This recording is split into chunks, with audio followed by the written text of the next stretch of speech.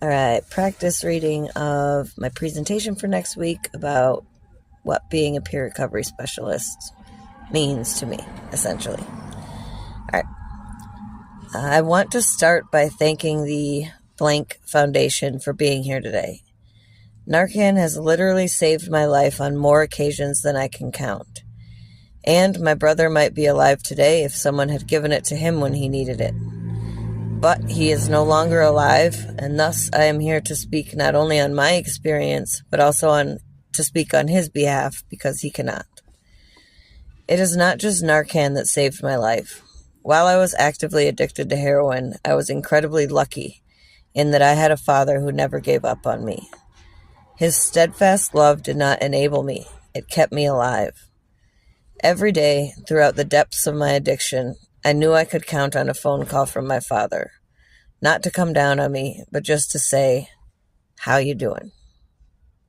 The vast majority of our participants do not have the luxury of having someone in their life who accepts them unconditionally and walks alongside them on their path.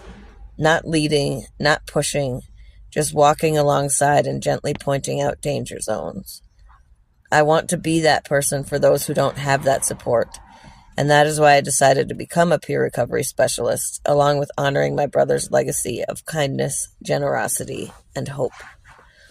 I began working at Blank in November of 2024 and quickly realized that while I cannot fix everyone's problems all at once or save anyone, I can spread hope and foster trust in every interaction with participants.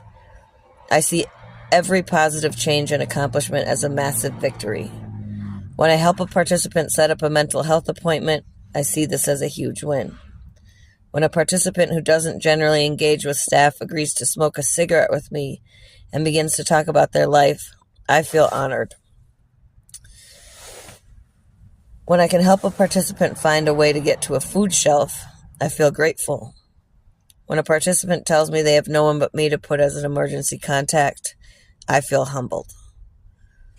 It is these seemingly small accomplishments that set the basis for building relationships built on trust and empathy that can have lifelong positive effects on participants in our programs and help them see the path to a better future, a path where they transcend the stigma of their past and set out to achieve their dreams.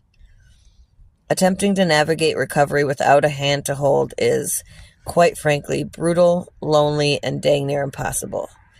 It is only common sense to know that people need the support of someone they don't view as a threat, but as a peer. I am incredibly open with